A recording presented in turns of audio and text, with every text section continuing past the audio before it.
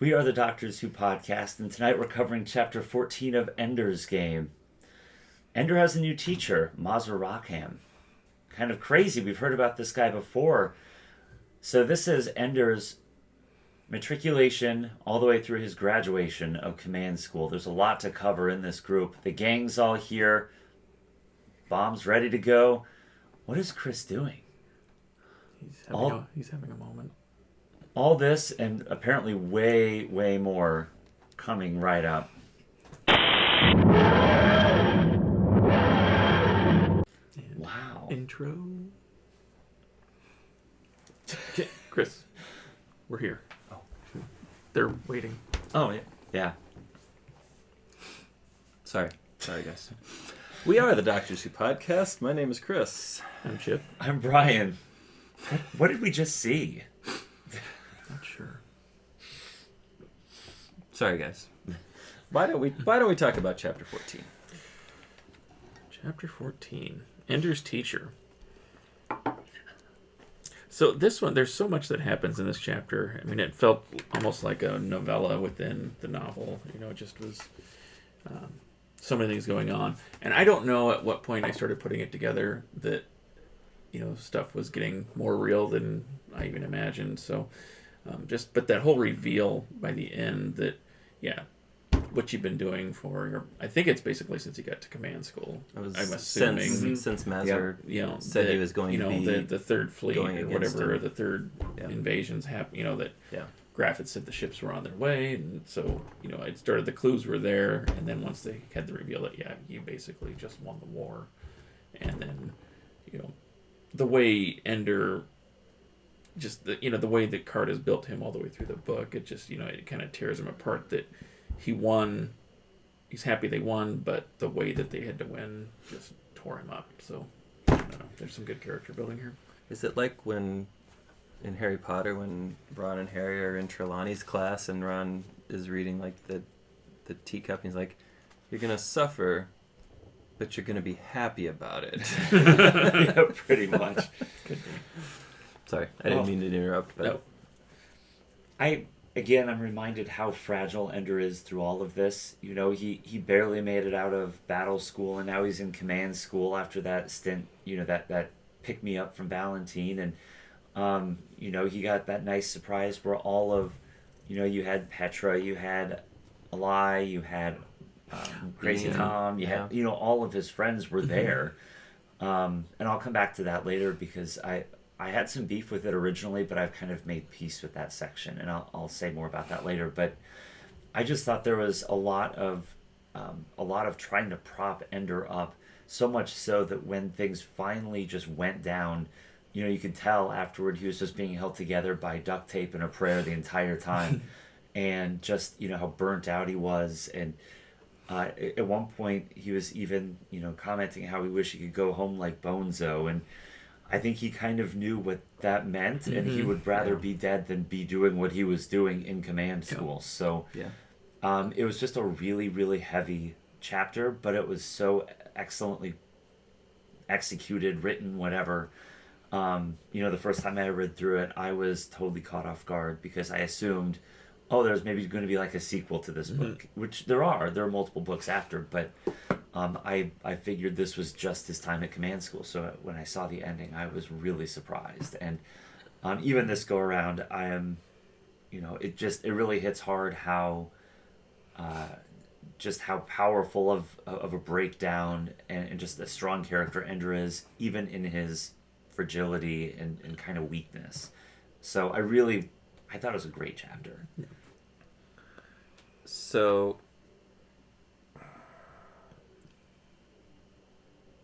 I liked how, as soon as he gets to command school, it feels weird and different to him because he spent so much time at battle school where everything kind of sloped up because they had like the rotating synthetic gravity thing going on, and now nothing feels right because he's out of that environment. And I find it funny that, as soon as he complains to Graff after he spends some time in the simulation that things are getting easy, the very next day he wakes up to Mazer Rackham in his room, right? And, like,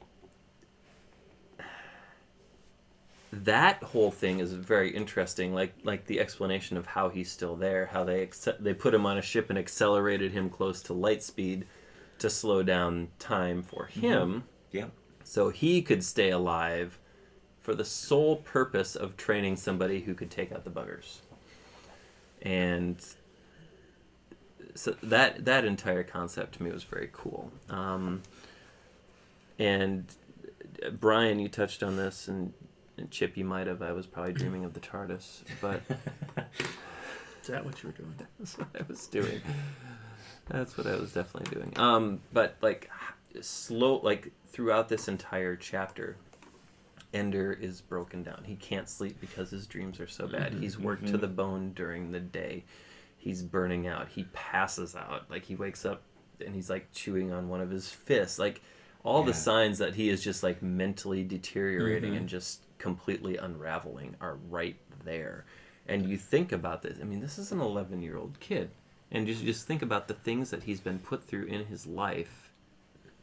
And this is all very real, not very real, but very possible as far as, you know, what might happen to somebody in this position with this much pressure and this much stress. So that to me was just like, oh my gosh.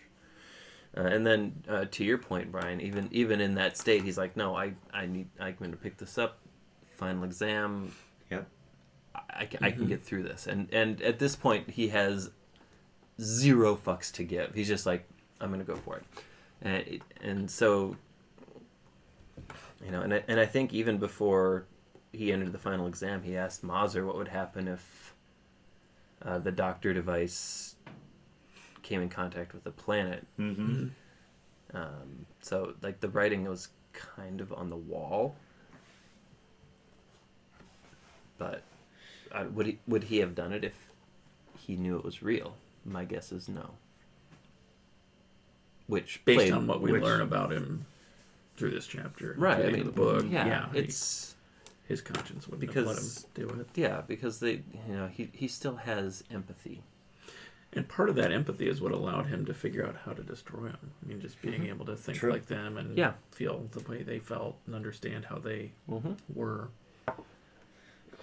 Well, Carr did a good job of saying that by the end, you know, by that last battle, the fleets were moving like bugger fleets, even with old, dilapidated technology and ships. Right. You know, these ships had been out for 10 years, 20 years, however long it took them to get to that home world. So it was just, again, showing how Ender had evolved to being pretty much the smartest person in the room, if not the world or even the universe. Sure. So here's a question. At what point... Was it in the last chapter? I think it was in the last chapter, in chapter 13, when Graff and Ender were on the shuttle to Eros. Yep.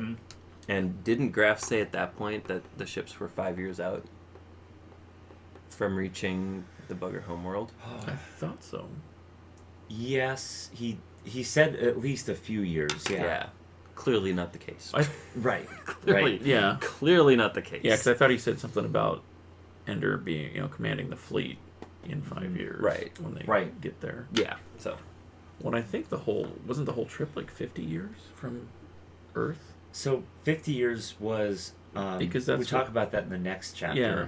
But I thought that they go to the bugger homeworld and start colonizing. Yeah, in the next chapter. Yeah. Yeah, but yeah. But I thought it was a 50. Years. I guess I was going to. It was a 50 50-year journey between Earth and the bugger homeworld. So sure. But these events had been in motion for a while before Ender showed up. Man, talk about risk on humanity's part. Hoping you can find somebody in that time period that's not going to get your fleet nuked, and then 50 years later your homeworld destroyed, overrun. So, wow, yeah. But it's going to be interesting in the final chapter to kind of see what this revelation... Because Ender didn't seem... Like, he found out it was not a simulation, it was actually real, and he was just like... Oh, shit. Like, everybody is around him is, like, celebrating. The top brass and the... You know, just kind of the big wigs are going off the wall, and... he's just like walking plainly out of the room. Yeah. I mean, it was. Yeah. Ooh. So I'm curious what your beef was with Oh yeah, the tell us. characters and bringing So- back the friends and. So I was thinking, all right, so here Ender is. This is like the top of the top of people from battle school. You know, this is. They've had like 15 years or 10 years or longer, 50 years to get you know, the best of the best in there. Doesn't necessarily have to be kids his age, but why were they kids his age? You know, why were they people he went to school with? Haven't there been other leaders from like 6 years before, 7 years before? And I was thinking about this, and I think the brilliance of Graff is kind of evidenced, especially in the last couple chapters. But he knew how weak Ender was already. Any sort of hope in humanity was going to be because he had people around him that held him up too. It wasn't just going to be him. And so I agree with that. Yeah. didn't like the fact that, oh yeah, here are all these, like, a lie. We haven't heard from him in like 7 chapters. You know, all of a sudden here he pops up and he's like playing a prominent role. Sure. Well, but it makes sense because Ender was confident around it. It buoys him. Yeah. Yeah, I totally agree. And I didn't think about it from that perspective, but it's like it almost. You're right. Upon first read, it's kind of like fan service, right? Right. It's right. like in the Star Wars, like the J.J. Abrams sequels, whichever movie it was, where Chewbacca finally gets his medal. It's Right, It's yeah. fucking fan service. You're right. Yeah. But no, your point makes sense because these are the people that he's closest to, and they're the ones that are going to rally around him. They're going to trust him. He's going to trust them. Yep. But you think about from battle school and how when he was training them and working with them, how they operated almost like a single mind, like the buggers. did. Yeah, So they that you know did. they all responded to Ender's direction and they listened and they didn't question and they, you know, were able to function as a bigger unit. Well, and than- he also knew what they were capable of, so Yeah. he didn't have to micromanage everything. He could just observe and then like pop in if he saw something. Yep. So that was that's great insight, Brian. Good work. And the other. Whatever Chip said about you was way off base. Oh, well, thank you. And Chip, how dare you? I didn't know I did. And the other thing that I picked up from this chapter, and I don't know if this is accurate or not, so I trust you guys to bring me back down to earth if it's not, but I kind of think of, you know, there is no love triangle, there is no love interest in this book. One could almost fathom he almost had some sort of special connection with Petra. And I mean, I wouldn't go so far to say anything more than maybe like sisterly love or like brotherly love, that sort of I think thing. there was a sentence or a paragraph in there where like she came up and kissed him on the cheek. Right. Right. But you're right. And here's in so many books that I read, the romance subplot is just horribly bungled. It's there specifically to have a romance subplot. It doesn't necessarily feed into the main story. Or if it does, it's just written so poorly that it's cringeworthy. Right. And that's the same for movies. Let's look at Anakin and Padme in the Star Wars prequels. Yep. Oh. Attack of the Clones. Ooh. George Lucas never write romantic dialogue scenes ever. Same with Brian Herbert and Kevin J. Anderson. Never write romantic dialogue scenes ever. No. But I love the fact that, I wonder if there's a correlation between his disdain for his brother Peter and his sort of reliance or almost familial love with Petra. And I don't know if the names being that close is coincidental. But there are some times where I felt like Petra was almost like Valentine in some sort of way.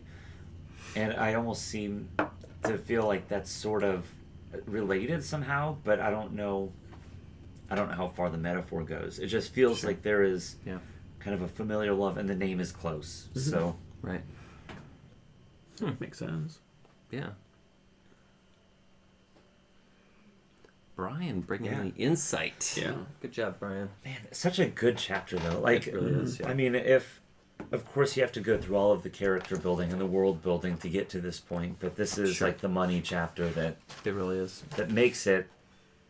And then all of these we've essentially got an epilogue. Yep. That tells us what comes next, and that is going to be our discussion topic next week. We will discuss. We'll discuss it. We will discuss chapter 15, right? Which is, I don't know, what is it called? Speak of the Dead. Before the Dead. Speak Before the Dead. So, please, if you enjoyed this, click the like button. Also, please consider subscribing and hitting the bell notification so that when we post new content, you get notified.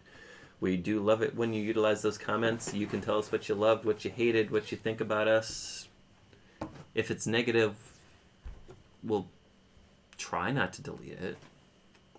Don't be too vulgar, and it'll probably stay. We accept valid criticism. We accept some invalid criticism. But we also love compliments. We do. So we urge you to consider those. Our egos are fragile. Just like Ender after the battle. Just like Ender after the battle. Anyway, next time we're going to wrap up Ender's game. So please tune in, and we hope to see you then. And in the meantime, Alon Z. Alon Z.